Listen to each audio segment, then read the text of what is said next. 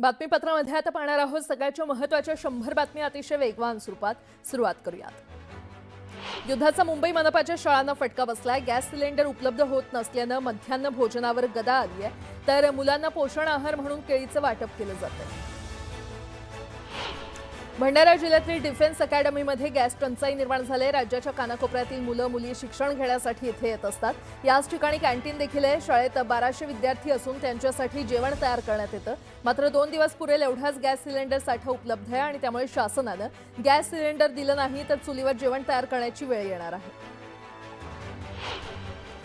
रायगडच्या हॉटेल व्यवसायाला देखील गॅस टंचाईचा फटका बसलाय. अख्ख्या मसूरसाठी प्रसिद्ध असलेल्या शिवराज ढाब्याच्या 12 शाखा बंद झाल्यात. त्यामुळे हॉटेल चालकांच्या चिंतेत वाढ झाली आहे. आखाती देशातील युद्धाचा फटका जालना जिल्ह्याला देखील बसलाय. व्यावसायिक सिलेंडरचा पुरवठा बंद असल्यानं व्यावसायिक चिंतेत आलेत, तर 3 दिवस पुरेल इतका गॅस सिलेंडरचा साठा उपलब्ध आहे. त्यामुळे नागरिकांना गोंधळून जाऊ नये असं आवाहन जिल्हा पुरवठा अधिकाऱ्यांनी केलंय. जळगावच्या चाळीसगाव शहरात घरगुती एलपीजी गॅसचा तुटवडा निर्माण झालाय. शहरातील गॅस एजन्सीच्या कार्यालयाबाहेर ग्राहकांनी मोठ्या प्रमाणात गर्दी केली. एजन्सीकडे गॅसचा साठा उपलब्ध असल्याचं सांगितलं जात असलं तरी विविध तांत्रिक अडचणींमुळे अनेक ग्राहकांना गॅस बुकिंग करता येत नसल्यानं नागरिक त्रस्त झाले. पुणे जिल्ह्याच्या ग्रामीण भागात गॅसच्या तुटवड्याचा परिणाम दिसून येतोय. विशेषतः उत्तर पुणे जिल्ह्यामध्ये अनेक गॅस एजन्सीसमोर ग्राहकांच्या लांबच लांब रांगा लागल्याचं चित्र सध्या पाहायला मिळतंय. गॅस तुटवड्याचा शालेय पोषण आहारावर देखील परिणाम होणार आहे. गॅस पुरवठा सुरळीत झाला नाही तर मंचरमधील शालेय पोषण आहार बंद पडण्याची शक्यता निर्माण झाली आहे. जळगावात व्यावसायिक गॅस सिलेंडरच्या पुरवठ्यावर परिणाम झाल्यानं दागिन्यांची जडणघडण करणारे सुवर्ण कारागीर देखील अडचणीत सापडलेत. सिलेंडरचा पुरवठा नियमित न झाल्यास 10,000 सुवर्ण कारागिरांवर उपासमारीची वेळ येणार आहे. यामुळे कारागीर चिंतेत सापडलेत. राज्यातील गॅस संदर्भातील परिस्थितीवरून बच्चू कडूंनी केंद्र सरकारवर निशाणा साधलाय. युद्धाची माहिती देशाच्या सरकारला माहीत न होणं ही मोठी फजिती आहे. कोरोना काळात ज्या चुका झाल्या त्या चुका केंद्र सरकारकडून होत आहेत. विश्वगुरू म्हणणारे गुरु फसले अशी टीका देखील बच्चू कडूंनी केली आहे. आता एक मोठी बातमी. राहुल गांधींकडून गॅस तुटवड्याचा मुद्दा उपस्थित केला आणि यावेळी बोलताना त्यांनी गॅसचा सध्याचा प्रश्न ही फक्त सुरुवात आहे. आपण रशियाकडून तेल खरेदी करतो की नाही, आपल्याला अमेरिकेकडून परवानगी का घ्यावी लागते असा सवाल केलाय. तर आपली तेल खरेदी अमेरिका कशी ठरवू शकते असं म्हणत त्यांनी मंत्री हरदीप सिंह पुरी यांच्यावर निशाणा साधला. तर राहुल गांधींनी एप्स्टीनचा उल्लेख करताच लोकसभा अध्यक्षांनी त्यांना ज्या विषयावर नोटीस दिली त्याच विषयांवर बोलण्यास सांगितलं. यावरून मोठा गोंधळ झाला. विरोधकांनी जोरदार घोषणाबाजी यावेळी केली. The pain has just started. Restaurants are closing. There's widespread panic about LPG. Street vendors are affected. And as I said, this is only the beginning. There is no shortage of petrol, diesel, kerosene, ATF or fuel oil. The availability of petrol, diesel, aviation, turbine fuel, kerosene and fuel oil is fully assured. Retail outlets across the country are stocked and supply chains for these products are functioning normally. Additional allocation of PDS kerosene has been issued to all the states. पुन्हा एकदा बातम्या वेगवान स्वरूपात. वर्ध्यात gas दरवाढी विरोधात काँग्रेस आक्रमक झाल्याचं पाहायला मिळालं. चूल पेटवून रिकामे गॅस सिलेंडर दाखवत गॅस दरवाढी विरोधात निषेध नोंदवण्यात आला. गॅस दरवाढ रद्द करण्याची मागणी यावेळी करण्यात आली. वर्ध्याच्या देवळीमध्ये सिलेंडरचा काळाबाजार रोखण्यासाठी प्रशासन अलर्ट मोडवर आलंय. काळाबाजार रोखण्यासाठी भरारी पथकानं धडक मोहीम सुरू केली आहे. हॉटेल टपरी चालकांवर घरगुती सिलेंडर वापरल्यामुळे कारवाई करत 11 गॅस सिलेंडर जप्त करण्यात आले. जालन्यात गॅस दरवाढी विरोधात काँग्रेसनं आंदोलन केलं. नागरिकांनी तीव्र नाराजी व्यक्त करत सरकारविरोधात जोरदार घोषणाबाजी केली. गॅस सिलेंडरचा तुटवडा आणि दरवाढीच्या विरोधात नांदेडमध्ये देखील काँग्रेसकडून आंदोलन करण्यात आलं. जिल्हाधिकारी कार्यालयासमोर काँग्रेसच्या वतीनं निदर्शनं करत गॅस दरवाढीचा निषेध नोंदवण्यात आला. अहिल्यानगर जिल्ह्यातील राहाता तहसील कार्यालयावर महाविकास आघाडीनं गॅस दरवाढीचा निषेध करत आंदोलन केलं। यावेळी घरगुती गॅस सिलेंडरला हार घालून केंद्र सरकारचा निषेध करण्यात आला, तर आंदोलकांनी केंद्र सरकारविरोधात जोरदार घोषणाबाजी केली। सांगलीमध्ये देखील गॅस दरवाढीच्या निषेधार्थ काँग्रेसकडून आंदोलन करण्यात आलं। स्टेशन चौकात रस्त्यावरच चूल मांडून निषेध करण्यात आला। आंदोलनामध्ये मोठ्या संख्येनं काँग्रेस कार्यकर्ते सहभागी झाले होते। छत्रपती संभाजीनगरमध्ये काँग्रेस आक्रमक झाली। चुलीवर स्वयंपाक करून गॅस दरवाढीचा निषेध करण्यात आला। आंदोलनामध्ये मोठ्या संख्येनं कार्यकर्ते सहभागी झाले होते।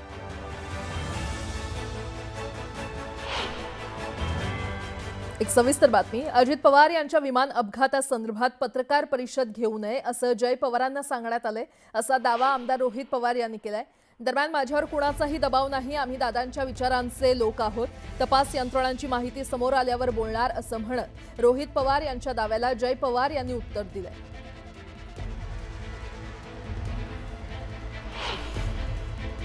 जय पवारांना या बाबतीतली प्रेस कॉन्फरन्स घ्यायची होती, पण त्यांना प्रेस कॉन्फरन्स घेऊ नये असं कुठेतरी तिथं सांगण्यात आलं असं मला कळतंय।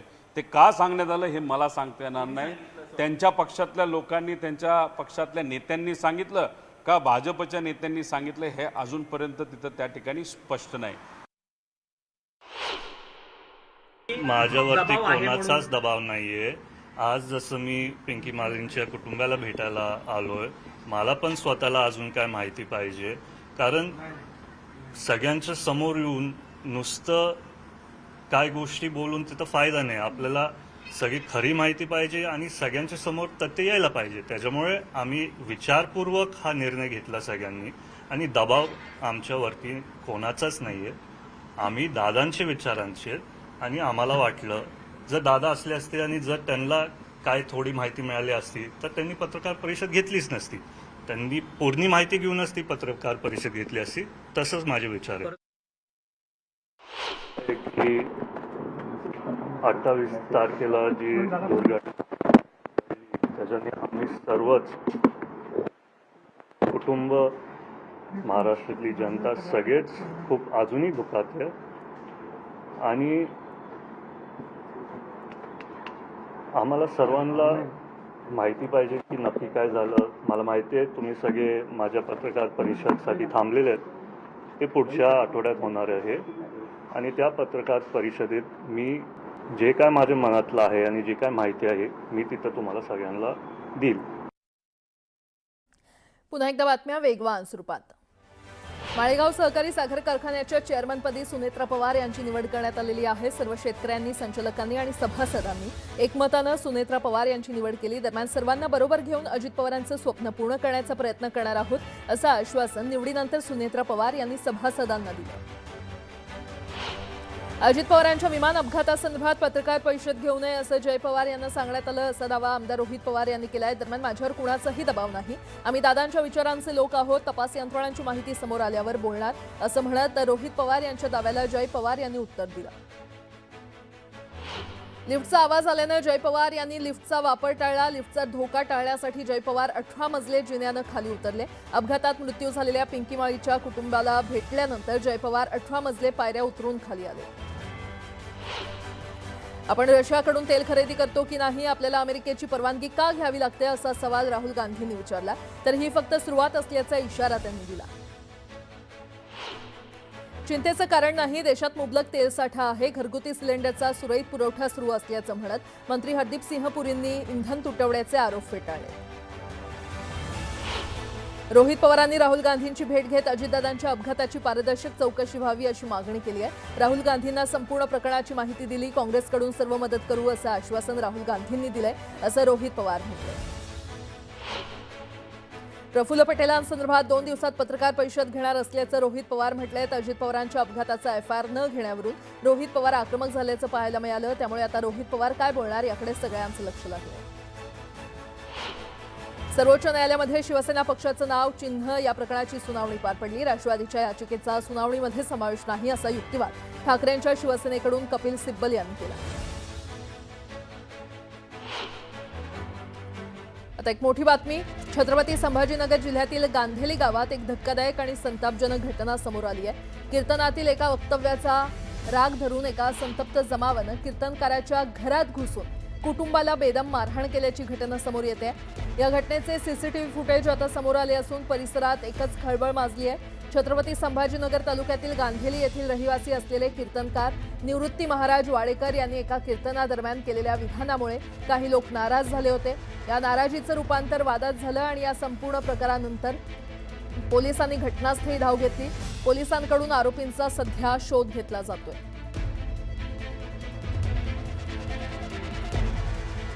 पुन्हा एकदा बातम्या वेगवान स्वरूपात.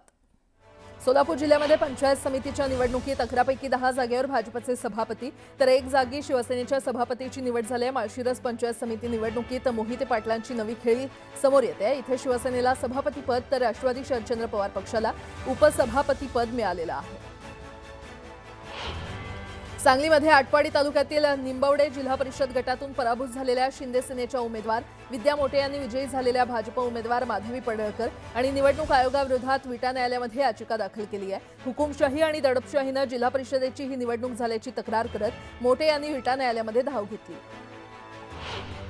नायगाव येथील बीडीडी पुनर्विकास प्रकल्पाच्या चावी वाटपावरून आमदार आदित्य ठाकरे यांनी राज्य सरकारला सवाल विचारले आहेत. नायगाव बीडीडी प्रकल्पाला भेट देत असताना रहिवाशांनी अद्याप चावी वाटप झालं नसल्याची तक्रार आदित्य ठाकरेंकडे केली. सांगली जिल्हा क्रीडा संकुलातील तलावात पोहायला गेलेल्या तरुणाचा बुडून मृत्यू झाल्याची धक्कादायक घटना घडली आहे. मुस्तकीन मोमीन असं मृत तरुणाचं नाव असून तो मित्रांसोबत पोहायला गेला होता. काही वेळानंतर तो दिसेनासा झाल्यानं शोध घेतला असता तो पाण्यात बुडालेल्या अवस्थेत आढळला. या घटनेनंतर नातेवाईकांनी ठेकेदारावर सदोष मनुष्यवधाचा गुन्हा दाखल करण्याची मागणी केली असून आंदोलनाचा इशारा देखील दिला. आखाती देशांमध्ये सुरू असलेल्या युद्धाच्या पार्श्वभूमीवर सांगली जिल्ह्यामध्ये गॅस टंचाईची स्थिती निर्माण झाली आणि याच पार्श्वभूमीवर प्रशासनानं कारवाईला सुरुवात करत शहरातील 8 हॉटेलांची अचानक झाडाझडती घेतली. या कारवाईमध्ये अतिरिक्त गॅस साठा आढळून आला नसल्याची माहिती प्रशासनानं दिली. धाराशिव जिल्ह्यातील गडकिल्ल्यांचं संवर्धन आणि जतन करण्यासाठी गडकोट महामंडळ स्थापन करा अशी मागणी करण्यात आली आहे. या मागणीसाठी तुळजापुरात 8 दिवसांपासून जागर प्रतिष्ठानच्या कार्यकर्त्यांकडून आंदोलन सुरू आहे. गडकोट महामंडळ स्थापनेची मागणी करण्यात आली आहे. दापोलीतील हापूस आंबा यंदा दुहेरी संकटात सापडल्याचं चित्र पाहायला मिळतंय. सध्या निर्माण झालेल्या इराण इस्रायलमधील युद्धजन्य परिस्थितीमुळे आखाती देशांमध्ये हापूस आंब्याची निर्यात होण्याबाबत अनिश्चितता निर्माण झालेली आहे. त्यामुळे आंबा बागायतदारांची चिंता अधिकच वाढली असून त्यांना मोठ्या आर्थिक नुकसानीची भीती व्यक्त केली जाते. लोणावळ्यामध्ये रमजान निमित्त हिंदू मुस्लिम ऐक्याचा संदेश देत इफ्तारचं आयोजन करण्यात आलं होतं. लोणावळ्याचे नगराध्यक्ष राजेंद्र सोनावणे यांनी या पार्टीला हजेरी लावली होती. जळगावात घरगुती गॅस सिलेंडरचा कुठलाही तुटवडा नसल्याचं स्पष्टीकरण जिल्हाधिकारी रोहन घुगे यांनी दिलंय. भारत पेट्रोलियम, हिंदुस्तान पेट्रोलियम आणि इंडियन ऑइल या सिलेंडरचा पुरवठा करणाऱ्या 3ही कंपन्यांच्या प्रतिनिधींसोबत जिल्हाधिकाऱ्यांनी बैठक घेऊन सिलेंडरच्या साठ्याबद्दल माहिती घेतली आहे. बुकिंग केल्यावर प्रत्येकाला सिलेंडर मिळेलच, नागरिकांनी घाबरण्याची गरज नाही असंही जिल्हाधिकाऱ्यांनी म्हटलं. जळगावच्या अमळनेर तालुक्यात गहू खरेदीमध्ये मोठा घोटाळा उघडकीस आलाय. मंगरुळ येथील आरके फूड्स कंपनी शेतकऱ्यांचा गहू खरेदी करताना वजनात मोठी तफावत करत असल्याचा प्रकार समोर आला. यावेळी बाजार समितीच्या तपासणीमध्ये देखील मोठी तफावत आढळून आल्यानं कंपनीला सील करण्यात आलं. मुंबईत उंच टॉवर उभारले जात आहेत आणि या इमारतींच्या उंचीपर्यंत पोहोचणारी शिडी अग्निशमन दलाकडे नाही. सध्या असलेल्या 94 मीटर लांबीच्या शिडीमुळे अग्निशमन दलाला आग विझवण्यात मर्यादा येत आहेत. देशातील सध्या सर्वाधिक उंच 104 मीटरची शिडी चेन्नईमध्ये उपलब्ध असून त्यापेक्षा अधिक प्रगत तंत्रज्ञानाची शिडी मुंबईत उपलब्ध करून देण्याचा प्रयत्न केला जाईल अशी ग्वाही प्रभारी मंत्री उदय सामंत यांनी दिली आहे. अपुऱ्या बस संख्येमुळे बेस्ट उपक्रमाची बस मार्ग सुरू ठेवण्यात दमछाक होते. गेल्या 5 वर्षात 100पेक्षा जास्त बस मार्ग बंद झाल्यानं मुंबईकरांना बस प्रवासाकरता 45 मिनिटांपेक्षा जास्त प्रतीक्षा करावी लागते. सध्या सुमारे 400 बस मार्ग कार्यान्वित आहेत. मुंबईसह पालघर, ठाणे आणि रायगड या भागांना पुन्हा 2 दिवस उष्णतेच्या लाटेचा इशारा हवामान खात्याकडून देण्यात आला आहे. यामुळे नागरिकांना पुन्हा उन्हाचा तडाखा सहन करावा लागणार आहे.